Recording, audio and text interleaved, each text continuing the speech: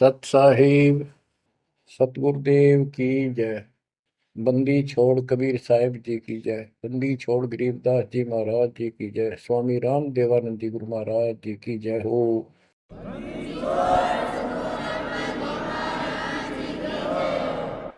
सर्व संतों की जय, सर्व भक्तों की जय, धर्मी पुरुषों की जय। श्री काशी धाम की जय, श्री सुडानी धाम की जय, श्री क्रोथा धाम की जय, श्री बरवाड़ा धाम की जय। सत साहिब कबीर दंडवतम गोविंद गुरु बंधु अर्जन सोए। पहले मैं प्रणाम तिन नमो जुआगे ओए। कबीर गुरु को की जय, दंडवतम कोटि कोटि प्रणाम। कीट न जाने रंग को यो गुरु कर है आप समान। बच्चों, मानुष जन्म परमात्मा की कृपा से आपको प्राप्त है। मनुष्य जीवन के अंदर मूल उद्देश्य केवल भक्ति करना और मोक्ष कराना होता है।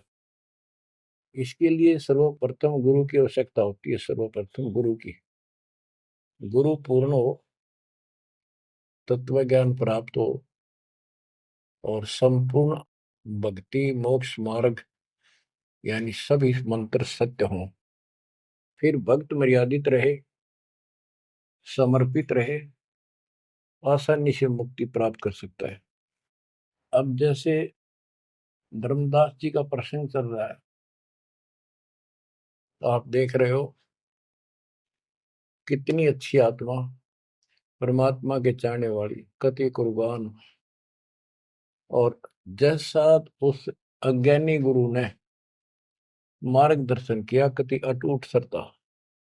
सेवक तो ऐसा ही हो, पर गुरु ऐसा ना हो जो जीव को कर्म कांड में उलझावे।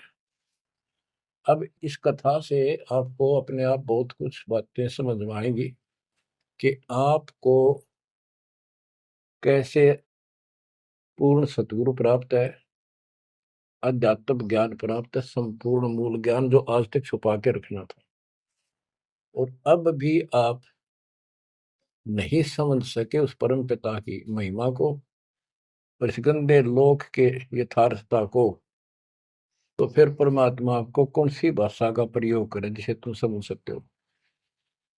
लास्ट फिर वही होगा जैसे 600 साल पहले दाता ने आपको पटक दिया था, ठाके झटक दिया था। या तो आंखें खोल लो, भूल जाओ इन बकवादों को। इस संसारिक चोचलों में कुछ नहीं दरिया। गरीबदास जी कहते हैं, सर्व सोने की लंका होती रावण से रणधीरम। एक पलक में राज विराजी, फिर जम के पड़े जंजीर। इतने ठाठ बाट थे, सिद्धियां थी, आकाश में चला जाता था। पुष्पक विमान ऊपर से छीन के लाया था कुबेर से।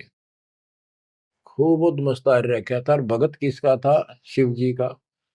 तीन देव की जो करते भक्ति ही उनकी कदे न होवे मुक्ति। और कितनी बकवास भर जाए इनमें, जिसके कारण प्रसिद्धियां भी होगी साधु संत ऋषियों की।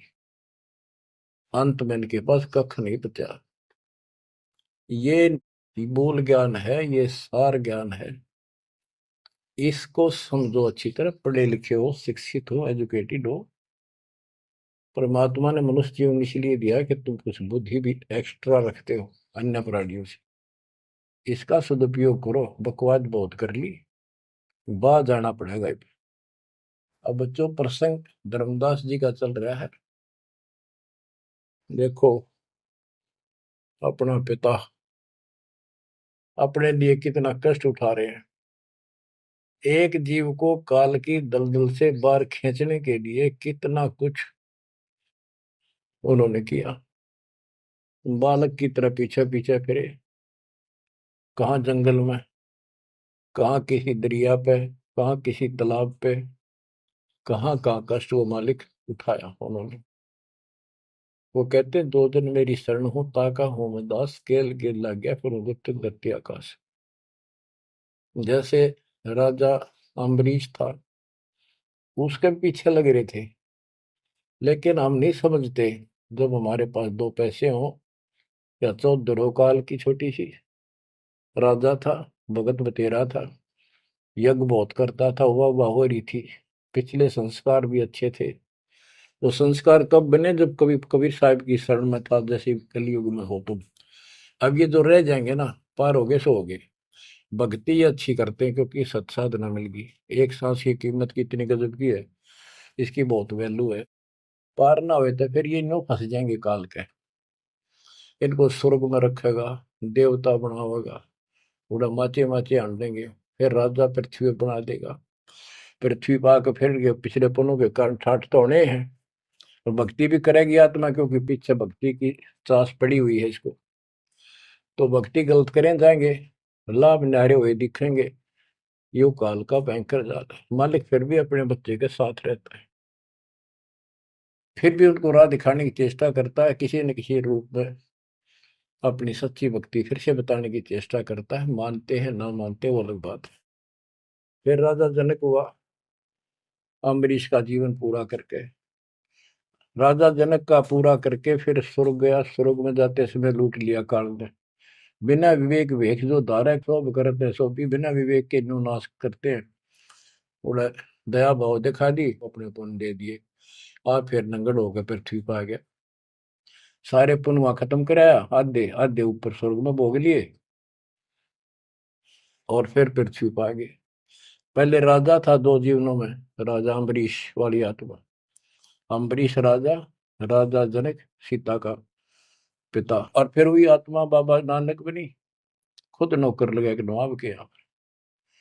जब ये इस स्थिति में आ गया, कति हैंड टू माउथ हो गए, तब दाता फिर मिले अपने बच्चे को। फिर राह दिखाने की चेष्टा की, खूब वाद विवाद किया। ने बोला आंखा देखो तो मानो, आंखा भी दिखाया, जब जाकर माना। बच्चों ऐसे आज आपके साथ खड़े कर दाता देख कहां से के होने लग रहा है, यह भी कर समझ में नहीं आ रही, ये भी तुम नहीं समझ पा रहे। What is this? इसका नाम है कबीर भगवान। इसको कहते हैं सक्षम समर्थ परमात्मा। बच्चों यहाँ देखो, मालिक ने कैसे अपने बच्चों तक संदेश पहुंचाने लग रहे। काल ने जुल्म करने में कसर नहीं छोड़ी, पर यूं भी तो उसका बाप है। और देखो अपने बच्चों को कैसे अमृत छकाने लग रहे हैं। इन क्रियाओं को देखकर ये विश्वास कर लेना चाहिए कि आप समर्थ की शरण में आ चुके हो।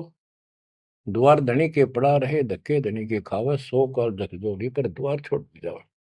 इब तुम इतना जरूर कर दियो, और कुछ ना बने तो इतना रहियो, मालिक की शरण से दूर मत होना। चाहे दुखी दिखो, चाहे सुखी दिखो, इब के आप सत्य में अगला कदम है बस, नथिंग एल्स। दूसरी बात नहीं है। पर होगा उनका जो मर्यादित रहेंगे, समर्पित रहेंगे, तन मन धन सब तेरा, ये कहने से नहीं, करना होगा। काल जाते आज ले चलो दाता, रखियो अपने चरण में। तो बच्चों फिर जब तक चाहोगे तब तक जीवन दे देगा आपको, जब तक चाहोगे। लेकिन अंत में एक ऐसा आप पर प्रेरणा हो जाएगी आपको, और आप ही कहोगे कि दाता ले चलो, बस बस बहुत होगी। तो कहते हैं जीव इतने जोखिम नहीं, मरा जब निशंक मरे, परमात्मा कहते हैं। तो ये हमारा मरना नहीं होगा, हम तो मेले से बजावांगे। शरीर छोड़ दिया कांचड़ी, पक्षी उड़ा आकाश को चलते कर गया बीट, ये तो वो है। बच्चों प्रसंग धर्मदास जी का चल रहा है।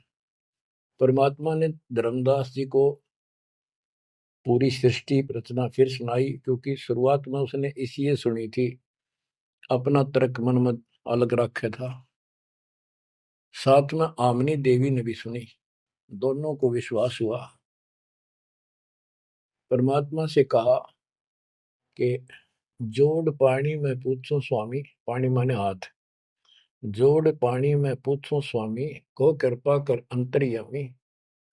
ओ साहब नाम का आही, परचय नाम कहो मोय पाई। गुरु और सतगुरु तुमको कहूं, हे प्रभु कौन देश तुम रहो। परमात्मा बोले, ओ धर्मनी जो पूछो मोही, सुनो सुरती धर कहो मतोई। जिंदा नाम है सुन मेरा, जिंदा बेस खोज के ही तोरा। हम सतगुरु के सेवक आही, सतगुर संग हम सदा रहाई। सतपुरुष व सतगुर आही, सतलोक में वह सदा रहाई।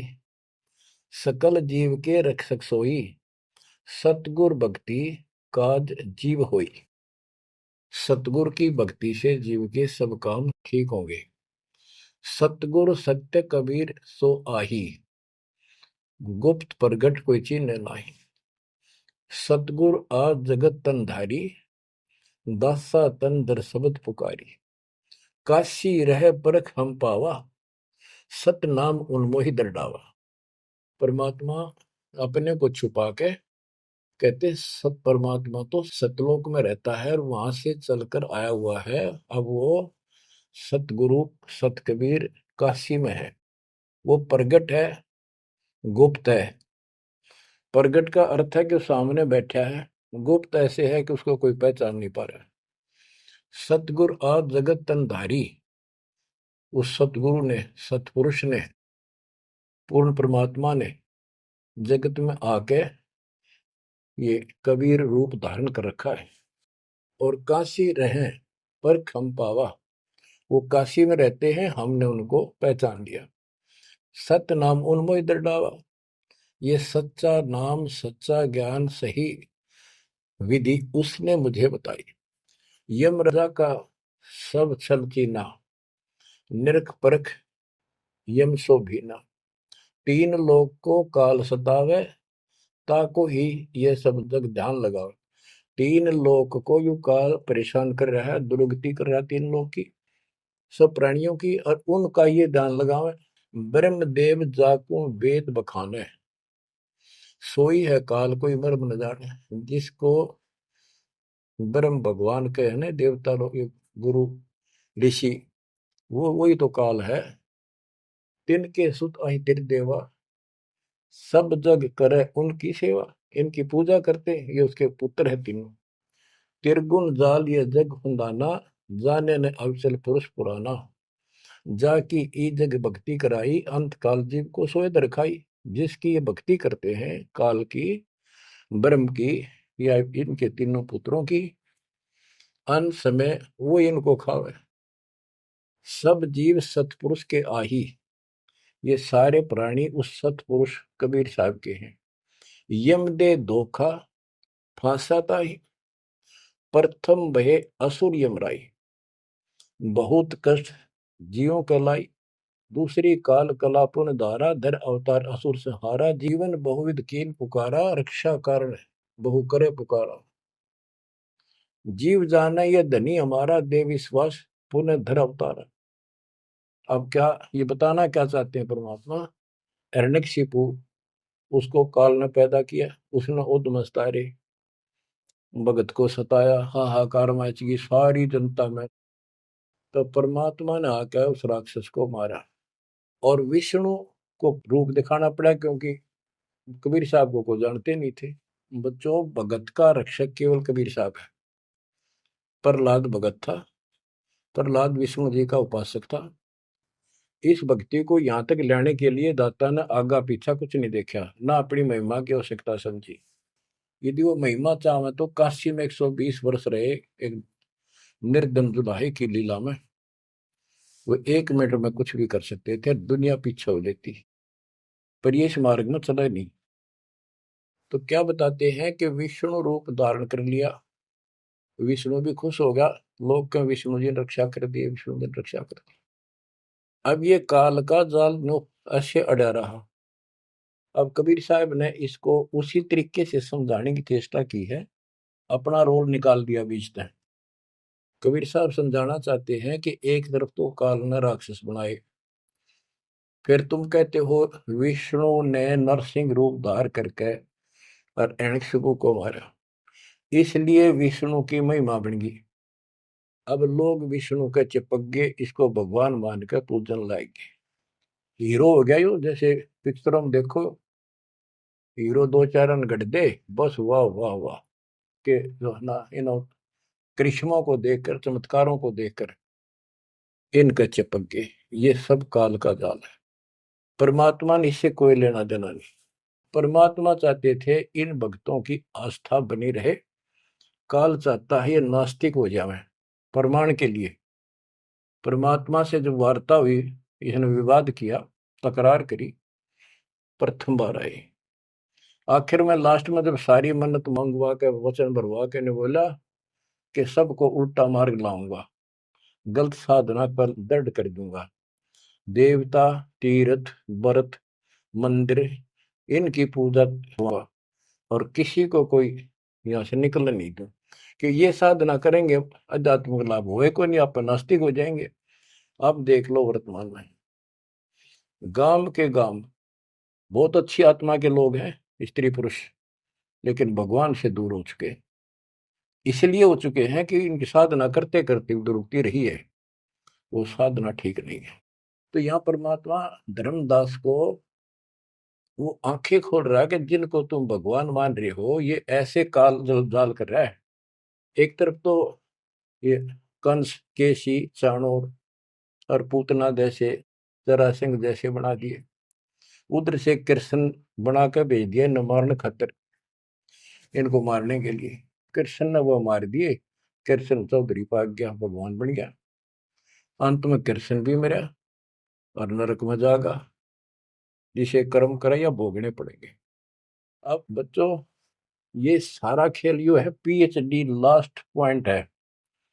जैसे एक राजा सेना को आदेश देता है दुश्मन से युद्ध करो, तो सैनिक का कर्तव्य बन जाता है मरूं या मिटूं, और जाके खड़ा हो जाता है लेकर बंदूक मोर्चे पे।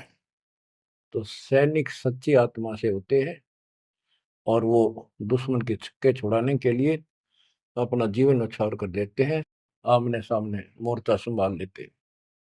अब वहां पर कुछ इधर से मारे जाते हैं, कुछ उधर से मारे जाते हैं। जैसे अपने भक्त बच्चों को सेना में जाना पड़ता है, लड़ाई भी करनी पड़ेगी, युद्ध के मैदान में उतरना ही पड़ेगा और आमने सामने मोर्चा डांटना पड़ेगा। युद्ध तो करना पड़ा, लेकिन वहां रक्षा कौन करेगा? वहां उन बच्चों की रक्षा कबीर साहब करेगी। इसी प्रकार काल ने रामकृष्ण को भेज दिया इनको मारने के लिए। रामकृष्ण को कोई मौत नहीं था इनको मारने का, इनके साथ खुद मालिक रहे। रामकृष्ण सतगुरु सहजादे भक्ति हेतु यूं हुए प्यादे। रामकृष्ण भी उस परमात्मा के बच्चे हैं, उस महाराजा सारी सृष्टि के सम्राट कबीर जी के राजकुमार हैं, सहजादे हैं। ये तुमसे ज्यादा निकट प्यारे हैं उसको, क्योंकि इनके में बहुत गजब की भक्ति की थी, पर पैर फिसल गया इनका, अब काल का फंस गए। कोटिक अवगुण बालक कर ही पिता एक चित नहीं धरी। बाप के अंदर एक ऐसा परमात्मा ने पर रखा है प्रेरणा, स्वभाव, बालक से करोड़ों बकवाद कर ले पर पिता एक भी उसकी गलती को ज्यादा सीरियसली नहीं लेता।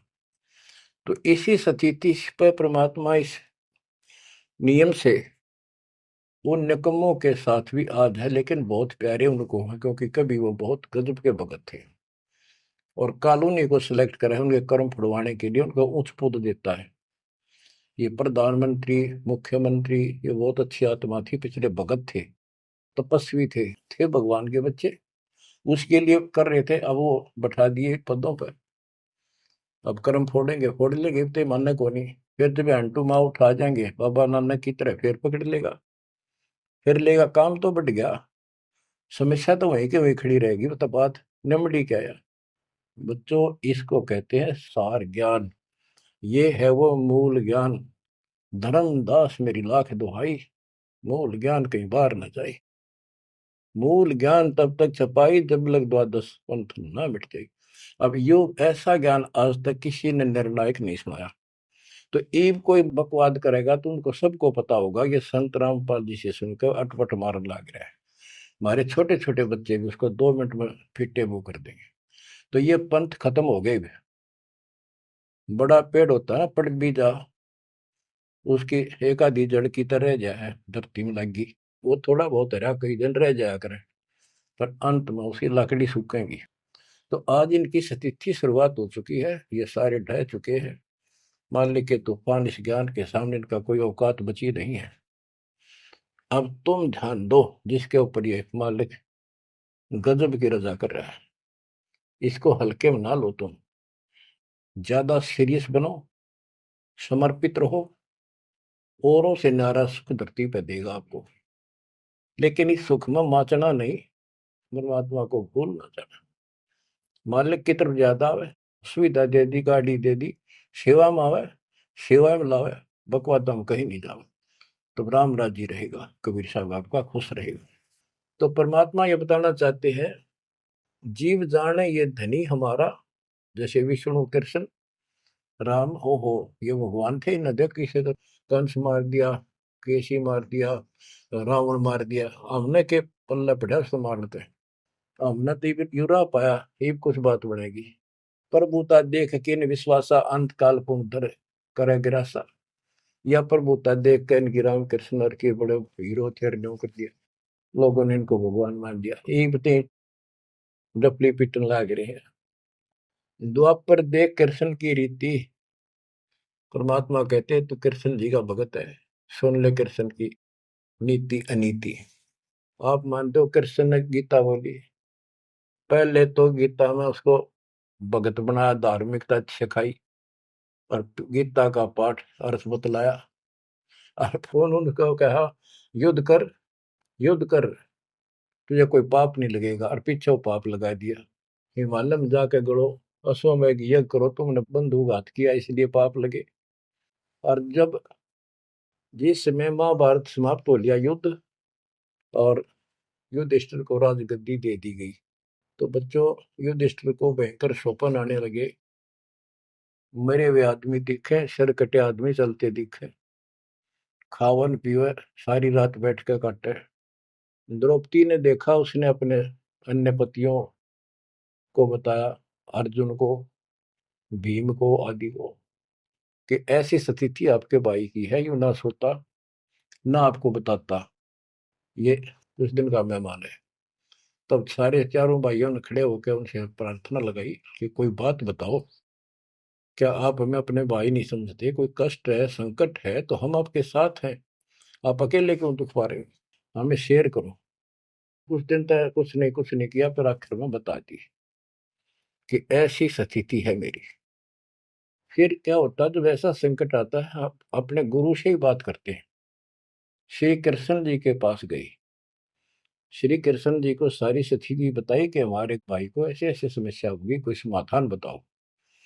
तब वो कृष्ण जी कहते हैं कि तुम्हारे को जो युद्ध में तुमने पाप किए, बंधुघात किए, भाई मारे, भतीजे मारे, वो पाप लगा है, और इसके लिए एक अश्वमेध यज्ञ करो, उसकी शर्त बताई थी। अर्जुन उस समय स्तब्ध रह गया कि ये, और कृष्ण उस दिन तो कह था तुम्हें कोई पाप नहीं लगा तो निश्चिंत होकर युद्ध कर रहे, मैंने सारे रख, तो तेने मत बुलाना। आज ये पाप कहां से आ गए? विवाद करना इसलिए उचित नहीं समझा कि जब मैंने ये पॉइंट उठा दिया, भाई मेरा इलाज नहीं करा होगा, क्योंकि उसमें करोड़ों रुपए लगने थे उस धर्मयज्ञ के अंदर। और युवती ने सोचेगा भाई खुश नहीं है मेरा इलाज कराना है, ये मर जाएगा, इतना धर्म कर्म का पक्का है। तो अर्जुन ने अपने सब्र का घूंट पिया, अपने दिल की झाल डटी, और जैसा कहा वैसे यज्ञ करवाई। उस यज्ञ में शर्त थी कि एक पंचायन संघ अलग से रखा जाएगा, कि एक आश्रम सा बना के साफ सुथरी स्वच्छ स्थान पर एक अलग से उसका स्टैंड बना के, और सब महापुरुष, देवता, पृथ्वी के ऊपर के लोक, स्वर्गलोक के सारे बुलाओ, और सब पृथ्वी के जीव, ब्रह्मा विष्णु महेश, सबको न्योता दे दिया। 56 करोड़ यादव, 12 करोड़ ब्राह्मण, 88,000 ऋषि, 33 करोड़ देवता, और ये सारे आगे। सबने भोजन खा लिया, और शंख नहीं बजा, यानी यज्ञ संपूर्ण हुई नहीं। यज्ञ पूरी ना हुई तो पाप कटे नहीं, वो दुख नो का नो रहेगा। तो इतना खर्च हो चुका, और बात वहीं की हुई, कोई ट्रीटमेंट नहीं। श्री कृष्ण ने भी खाना खा लिया। उस समय युधिष्ठिर ने पूछा, भगवान अब कैसे बात बनेगी, सबने भोजन खा लिया है। तब कृष्ण जी ने बताया, क्या तुमने इधर एक संत है, उसका ये सुदर्शन नाम है, वो एक गुरु भक्त है, उसको निमंत्रण नहीं दिया। भीम की ड्यूटी थी, सेवा थी उस साइड में निमंत्रण बांटने की। भीम से पूछागा, भीम ने बताया कि मैं गया था पर वो गलत बोला। उसने कहा कि तुम्हारे से तो कसाई भी अच्छा था, तुमने इतने मानस मार दिए। वो विधवा बहन सैनिकों की आज तक टक्कर मार कर हो रही है, तुम बैठ के मौज कर रहे हो। नरक में पड़ोगे जाके, तुम्हारे अन्न खाकर नरक में जाना है क्या मैंने? पहले मुझे ऐसी ऐसी 100 अश्वमेघ यज्ञ का फल दो, तब मैं तुम्हारा टूक तोड़ू। कृष्ण बोला, फिर आपने क्या कहा? मैं क्या कहूँ था जी? उसने फिर कह दिया, बताओ ना मन्ना, ये तेरे बिना के हमारी यज्ञ अधूरी रह जाएगी, श्री कृष्ण जी हमारे साथ। तब भगवान बोले, सारी बात बिगाड़ दी, तुम चलो। पांचों को रथ में बैठा के लाया। उनकी कुटिया से एक, कम से कम 1 योजन, यानी 12 किलोमीटर दूर रथ रोक दिया। वहां से पैदल चल के आए नंगे पैरों। उस दिन क्या था, सुदर्शन जी ने अपने गुरु परमात्मा खुद कबीर साहब करुणा में नाम से प्रकट थे द्वापर में, उनके वो शिष्य थे। उनको सारी बात बताई। परमात्मा को पता था फेरा होंगे काम तो उनका होना को नहीं। तो सुदर्शन जी से बोले, तुम घूमन फिरन चला जा किते, वो फेरा होंगे। कि सुदर्शन जी तो चले गए भ्रमण पे, परमात्मा उनका रूप बना के वहां बैठेगी कुटिया में। जब वह सारी टीम पहुंची कृष्ण वाली, जाते ही श्री कृष्ण ने दंडोत प्रणाम की। साथ में पांचों पांडवों करनी थी। फिर कहा, परमात्मा ने पूछा, हे जगदीश, हे तीन लोक के मालिक, यह कैसे आना हुआ गरीब की झोपड़ी पे? तो श्री कृष्ण जी ने कहा, आप जानी जान हो, इन्होंने ये पांडव हैं, ये भीम है, ये युधिष्ठिर है, सारी इंट्रोडक्शन कराई। ये आपको निमंत्रण देने आए हैं, इनके यज्ञ में प्रसाद पाओ ताकि इनका कल्याण हो। सुदर्शन जी बोले कि भाई मैंने इस भाई तक कही थी, देखो खड़ा मोटा हा, मेरी वह शर्त पूरी कर दो तो मैं आज तैयार हूँ, नमक हो नहीं चलो। तो श्री कृष्ण जी बोले, जी आपकी वाणी है, कबीर संत मंडल पहुंचा दिए तजमाया अभिमान, जो जो कदम आगे रखे ओ एक समान। ये दाता, हम वहां से चलकर कहाँ से चले थे, आप तो सारे कदम जानते हो, और 12 किलोमीटर तय, 1 योजन तक हम कति पैदल आए हैं। यहाँ से वहां तक हमारे जितने कदम एक यज्ञ बनाए बताए आप, हे दाता, 100 आप लेखा ला दो, बाकी हमारी जोड़ी में डाल। साधु भूखा भाव का धन का भूखा ना, ने बोला वे चलते हैं। जब पहले भीम आया डींग मारा था, जब सुदर्शन जी ने ये कहा कि तुमने इतने आदमी मार दिए, ऐसा जुल्म कर दिया। भीम बोला, युद्ध ऐसे नहीं जीता जाता, एक का गदा मारूं था 6 मरे थे। तो परमात्मा ने उसकी फड़क निकालनी थी, कुछ परिचय देना था कि इसमें कुछ है। परमात्मा बोले, सुदर्शन रूपधारी कबीर साहब के भीम, पहलवानिया मेरी माला तार के दिए, देख खुट्टी व टंगरी। हो गया तारण खातिर कणछन लाग गया पहलवान, वो माला ना उतरी, वह सुमरनी उतरी नहीं। ने बोला, रे तू एक मारे था, 6 मरे थे पहलवान, या छोटी सी माला नहीं तेरे से उठती। खिसियाना होकर वापस आ गया। परमात्मा ने ऐसे हाथ करे, आपसे उतर कर आएगी हाथ में माला, और बहुत अक्के रह गए, अचंभित हुए सारे के सारे। तब परमात्मा को लेकर ये घुमाए। लंबी कहानी है, विषय दूसरा चल रहा है। तब उस दाता के भोजन करने से उनका काम बना, जब वो शंख बजा। ये अलग प्रसंग कभी ठीक से जच कर सुनाऊंगा, अब प्रसंग दूसरा चल रहा है। परमात्मा कह रहे धर्मदास, तेरे कृष्ण की नीति कुनीति सुन ले। एक तरफ तेने का था तेरे पाप ना लगे, और फिर पाप बताए दिए। उन पापों को धोने के लिए जो विधि बताई उससे भी बात ना बनी, वो भी समर्थ सक्षम हम थे वहां पर, हमने की। और बच्चों, वो पाप नहीं थे, वो पाप तो थे लेकिन वो प्रेत बाधा थी। वो जो सैनिक मरे थे, विधवा रो रही थी, वो सैनिक उसने तंग कर रहे थे, प्रेत बने हुए। वह प्रेत बाधा भी कृष्ण तक नहीं ठीक हुई। बच्चों, गरीबदास जी कहते, तुम कौन राम का जपते जपन, ताते कटे ना ये तीनों ताप। ये 3 ताप के तहत दुख था उनको। और वो पाप ते न्यो के न्यो रखे रह गए। ओए होए। अरे कोयल के बच्चों, ईब तक पकड़ दो अपने माँ की वाणी को, क्या कहना चाहते हो? अब भी कागाड़ा के साथ रहोगे क्या? अब क्या बताते हैं? गीता पाठ का अर्थ बतलावा, पुण्य पाछे बहु पाप लगावा, बंधु घात दोष लगावा, पंडों के बहुकाल सतावा। पांडवों को काल ने खूब परेशान किया, और अंत में क्या हुआ?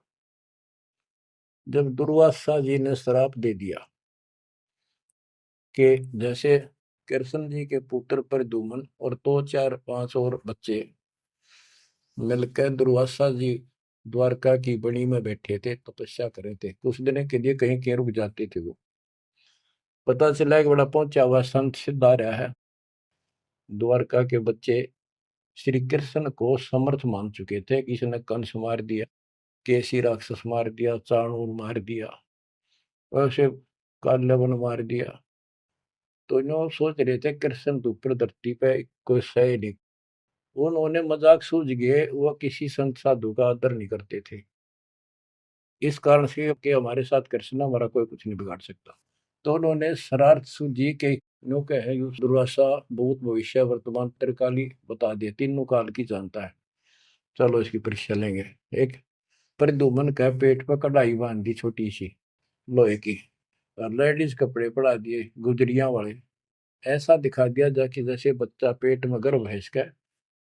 यूं पूछने गए महाराज, इनका कई साल में दया करी दाता ने? 12 साल हो गए बयान। अब ये पूछ जानना चाहते हैं कि इनका लड़का हो गया लड़की, बड़े उतावले हैं, आप भूत भविष्य की सारी जानो हो। दुर्वासा जी ने देखा ध्यान लगा के, ताकि बकवाद करना रहे हैं। गुस्से में होकर ने बोला, यह दो कुल का नाश होगा इस पे, ना लड़का हो ना लड़की हो। और आंख लाल करी बाज लिए बच्चे थे, सब ना के बता पता चला। यानी उस दुर्वासा के श्राप का कृष्ण तक बात गई। कृष्ण जी ने समाधान बताया कि इस कढ़ाई ने घिसा के चूर्ण बना के प्रभास क्षेत्र में डाल दो जमुना में, ऐसा कर दिया गया। फिर भी श्राप न्यो का न्यू रह गया। वो श्राप वो द्वारका में उद्मस उतर गया, अचानक बालक मर गया, अचानक कोई और दिक्कत आ गया, छोटी सी बात पर लट्ठम लट्ठा, रोज झगड़े होने लग गए। कृष्ण जी के पास फिर गए, यू कारण क्या है बताओ भगवान, इसका समाधान बताओ। किसी न किसी की बात नहीं सुहारी, यू कौन सा पाप सेध गया नगरी का? कृष्ण जी बोला, भाई तुमने, जो दुर्वासा का श्राप है ये दुखी कर रहा है, इसका समाधान है तुम जाके वहां जमुना में स्नान करो प्रभास क्षेत्र में, जहां पर वो कढ़ाई के कंड डलवाए थे चूरे बना बना के। उसमें एक कड़ा घिसा नहीं था कढ़ाई का, पूरा ना घिसा, थोड़ा बहुत घिसा, चमकीली सी वस्तु होगी, वो मछली ने खा ली। एक बालिया नाम का मछियारा था और साथ में शिकारी था। वो मछली पकड़ी, वो आ गई, उसने काट के देखी, उसमें चमकीली धातु थी। उसका अपना तीर का एरो बनवा दिया, आगे का हिस्सा विषाक्त करके जहर में बुझवा के। और जो कण थे जो कढ़ाई के बताते हैं, उनके सरकंडे जाम गए, और बूढ़े बूढ़े उनके तीखे पत्ते गजब के तलवार जैसे। और कृष्ण जी ने कहा, सारे स्नान करो वहां जाके, तुम्हारा ये शराब खत्म हो जाएगा। वहां बोले सब बच्चे नर, कोई ना बचे, गर्भ न छोड़ के, छोटे छोटे नवजात शिशु भी साथ ले गए, कहते इन पर शराब ना रह जाए। और वहां जाके सारे लड़न लग गए, पढ़ पढ़ के वो पठेरे सरकंडे एक दूसरे को मारे, तलवार का काम करना कर शुरू कर दिया। कट का मर गए 56 करोड़ यादव।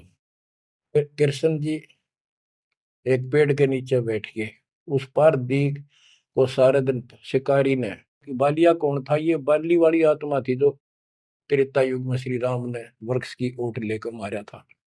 उसका अपना बदला लेने के लिए उस वो बालिया नाम का जीमर बना, शिकारी बना, श्री राम श्री कृष्ण बना। वो आत्मा, वो उसके पैर में तीर मार के श्री कृष्ण मारा। उससे पहले श्री कृष्ण ने, बच्चे भी बताओ आप हमारी याद दो जाके काल कर रहे दुर्गति, फिर आके लेट गया जब वो मारेगा। मरने से पहले उसने वह संदेशा भेज दिया था पता था कि सारे मरेंगे, तो पांचों पांडव वहां पहुंच गए। कृष्ण जी बस तड़पन लाग रहे थे। उनको बता दिया भाई ये यहाँ कोई आदमी बचा नहीं है, इन लेडीज को सारी को ले जाना, यहाँ लोग इनकी दुर्गति करेंगे, तुम अपने वहां रखना सुरक्षित, और तुम जाके हिमालय में चले जाओ, वहां रहो भूखे प्यासे तप करो, और वहां गड़का मर जाओ, वापस ना आइए। तो पूछा जी कारण क्या है, हम अभी तो राज मिला, 20-30 साल हमने राज मुश्किल से किया है, अब आप कहते हो राज त्याग के वहां से ले जाओ, इसका कारण क्या हो गया, क्या गलती बन गई कि तुमने जो युद्ध में पाप किए थे वो पाप तुम्हें दुखी कर रहे हैं, वह तप करने से समाप्त हो जाएंगे। तब अर्जुन को कहना पड़ा कि भगवान आप ऐसी स्थिति में हो, मुझे कहना तो नहीं चाहिए पर मैं रोक भी नहीं सकता अपने आप। पहले तो आप कह रहे थे गीता में कि ऐसे ऐसे तेरे को पाप नहीं लगेगा, और ये पाप हमारे सिर पे धरती है, फिर भाई के अश्वमेध यज्ञ कर पाप खत्म हो जाएंगे, वो पाप फिर भी रह गए। तब मैं बोल नहीं पाया, आज मैं रोक नहीं पाया, या तो इसका उत्तर दे दो ना, मेरा जीना भी दूभर हो जाएगा शेष सांस। तब उसने बताया भाई मैंने ना मेरा मन के गीता में कहा था, और के कुछ तेरे को बोला था। असली बात यह है, अब मैं जो कोई कर लियो कुछ पाप हमारे उड़ तपस्या से कुछ तप बन जाएगा, पाप पूप ना कटने से। उसने में बताई तप करने से आगे फिर थोड़ा बहुत को राज मिल जाएगा, इनके पास इतनी स्टोरी है ज्यादा नहीं। तो बच्चों देखो काल का जाल, उसका अंतिम संस्कार श्री कृष्ण का करके वो चले गए, और अर्जुन ने एकलन छोड़ गया कि एकला योद्धा है, कोई खतरा नहीं, सब लेडीज को लेकर चाल पड़ा गोपियों को। रास्ते में बिल्लो ने पकड़ लिया, उन्हें पीटा इस अर्जुन को, गोपियां लूट ले गए, लड़कियां ठा ले गए रामजादे, और इस पर धनुष साथ ले रहा था जो महाभारत के युद्ध में जो उद्मस्त आ रहा था, वो उठा तक नीचते, तब रोवा खड़ा खड़ा कि इस कृष्ण ने तुम्हारा नाश कर दिया, सारे हमारे साथ धोखा किया, जब नाश कराना था युद्ध में मानस मरवाने थे आदमी, जब तक ताकत दे दी, अब मैं खड़ा खड़ा पड़। गीता भी यही कहती है, बलवानों का बल मैं हूँ, बुद्धिवानों की बुद्धि मैं हूँ। यहाँ परमात्मा कबीर जी बताते हैं युग कृष्ण नहीं, युग काल इनका बाप ये जुल्म करे भाई, इनको पता है नहीं हो क्या रहा है। धर्मदास ये बातें सुनकर चक्कर में पड़ गया, मुंह का नहीं देखे देखे, आंख भी नहीं झपके, ये भगवान कभी 100 की 100 सच्ची, सारी बात बिड़ा करते। देखिए धोखे बैठे थे, साथ में हमने बैठी, दोनों टेक टेक सुने मालिक के अमृत वचन, ये परमात्मा हम रोज सुना करते, मेरी तरह पत्थर पड़ गए थे कल, आपके क्या गुण गाओ मालिक, कैसी आंख खोल दी पर। परमात्मा कहते और सुन ले। अब क्या है, हिमालय में चले गए सारे पांडव, और वहां सारे मरते गिर जाते गए। तो कहते हैं जब ये पहुंचे ऊपर, तो युधिष्ठिर बाद में मरा, और तो सारे बर्फ में गड़ गए, बर्फ में पैर गड़ जाते कहीं, लेकिन युधिष्ठिर का अंगूठा अंगूठा गला, बाकी शरीर जो का तो रहा, मर गयो भी गया। जब ये ऊपर गया, वो पहले जो चले गए थे मर मर के, चारों पांडव और उनकी मां कुंती द्रौपदी, वह सारे नरक में ठोक रखे। यो पहले स्वर्ग ले जाएगा, फिर इसको कुछ समय नरक में डालना था, क्योंकि इसने धर्मदास झूठ बोली थी युधिष्ठिर ने। कौन सी झूठ बोली थी कि अश्वत्थामा मर गया। द्रोणाचार्य गुरु का बेटा अश्वत्थामा था, द्रोणाचार्य इतना सूरवीर था, अगले दिन उसने युद्ध में उतरना था, और कृष्ण जी को पता था, उसने बता दिया था जयो आ गया ना द्रोणाचार्य तुम्हारे सामने, एक नहीं छूटेगा, इतना धनुषधारी है। तो इसका इलाज ये है कि युधिष्ठिर झूठ बोल दे, और की नहीं मानने का यो, पहले कईयान जाके कह नो कह दो कि इसका बेटा अश्वत्थामा मर गया, तो यो उस पुत्र मोह में इतना पागल हो जाएगा, इस पर हथियार नहीं उठेंगे, और युद्ध तक करेगा पर यू हार जाएगा, मारा जाएगा। तो युधिष्ठिर को सबने कहा जाके कि अश्वत्थामा मर गया, कईयों ने जाके दूत भेजे गए दूसरी सेना में। तो द्रोणाचार्य बोले मैं विश्वास ना करूं, तुम झूठ बोलते हो, अगर युधिष्ठिर कह देगा तो मैं सच्ची मानूंगा। तो दूसरे कह तुम मार दियो, तो गिर दिया ठागा, फूक फाक फेंक दिया ठागा मैंने। युधिष्ठिर को तैयार किया गया कि तू यह झूठ बोल, वो मना कर गया कि ना तो दिक्कत हो जाएगी और मैं झूठ नहीं बोल सकता। फिर एक अश्वत्थामा हाथी का नाम था, जैसे पशुओं के नाम रख लेते हैं ऐसे। वो अश्वत्थामा हाथी मार दिया। श्री कृष्ण बोला आप ये कह देना कि अश्वत्थामा मर गया, मंदी आवाज में कह दिए मेरा ना हाथी था, हाथी या मनुष्य। युधिष्ठिर इस बात पर राजी हो गया क्योंकि अगले दिन नाश कर रहा था उसने। तो मन में दोस्त तो आया उसके, झूठ बोल दी जाके कि आचार्य जी अश्वत्थामा हिते संस्कृत नौकंते द्रोणाचार्य का तो बुरा हाल हो गया, चक्कर आने लग गया कि अश्वत्थामा मर गया। फिर मंदी आवाज में कह दिया नर व कुंजर। नर था या कुंजर हाथी, पता नहीं नर था या कुंजर। अब वो नर कुंजर कड़े सुना था तो पागल होकर गिर गया। तो उसके कारण उसको नरक में भेजना था कुछ समय के लिए। तो युधिष्ठिर ने पूछा कि मेरे भाई कहाँ गए? स्वर्ग में। तो उनको बताया कि उन्होंने पाप करे थे महाभारत में, और भी जितने पाप कर रखे थे वो सारे के कारण नरक में पड़े। धर्म युधिष्ठिर बोला कि मुझे उनके दर्शन कराओ, मैं देखना चाहता हूँ। देखा सारे हाहाकार मचाने लग रहे। तो बोला मुझे भी अब मेरे भाई बहनों के परिवार के साथ भेज दो। तो वो चाहे थे कि बेचने इसका मार डाल लिया जाओ। तो वो इस कारण से उसको भी कहते कुछ समय के लिए नरक को भोगना पड़ा। अब ये परमात्मा कहते हैं बंधु घात दोष लगावा, पांडवों के बहुकाल सतावा, भेद हिमालय ते ही गलाए, छल अनेक की नहीं यमराए। बच्चों, और फिर उनको पांडवों को ले नरक में डाला। आहा। बच्चों, स्वर्ग के धोखे नरक ही जाही, जीव अचेत यम छल चिन्ह नाही। ये बोले जीव इस काल के इस छल को, इस जाल को, षड्यंत्र को नहीं समझ पा रहे। पांडव सम को कृष्ण को प्यारे, सोले नरक में डारे, वो भी सारे नरक में डाल दिए। मानुष जन्म बड़ेपन होई, सो मानुष तन जात बिगोई, नाम बिना नहीं छूटे कादू, बार बार ये नरक ही घातू। नरक निवारण नाम जो आही, सुरनर मुनिजन जानत कोई नाही। जो नरक से छुटकारा देने वाला असली नाम है, इतने देवता नहीं जानते, ना ऋषि जानते, ना ब्रह्मा विष्णु महेश जानते। ताते यम फिर भटकावे, नाना योनिन में काल सतावे, बिरले सार शब्द पहचाने, सतगुर मिले तो सतनाम समाने। इतना कुछ सुनकर धर्मदास कहता हे साहब मैं तो पग सिर धरूं, तुम ते कुछ दुविधा नहीं कर। अब मोई चीन पड़ी यम बाजी, तुम ते भयो मोह मन राजी। अब आपके ऊपर मेरी कति आत्मा डट गई, मेरा मन कति खुश आपके। मेरे हृदय प्रीति अस आई, तुम ते हो गई जीव मुक्ताई। अब मुझे विश्वास हो गया कि मेरा कल्याण आपसे होगा। मुझे लगता है तुम ही सत कबीर हो स्वामी, कृपा करो तुम अंतर्यामी। हे प्रभु देव परवाना मोही, यम तरण तोर भजो मैं तो ही। मोरे नहीं और सो कामा, निस्तिन सुमरो सदगुरु नामा। पीतल पत्थर देव द्यो बहाई, इन फेंक दो उठाकर, सतगुरु भक्ति करो चितलाई। ए बंदी छोड़। हो।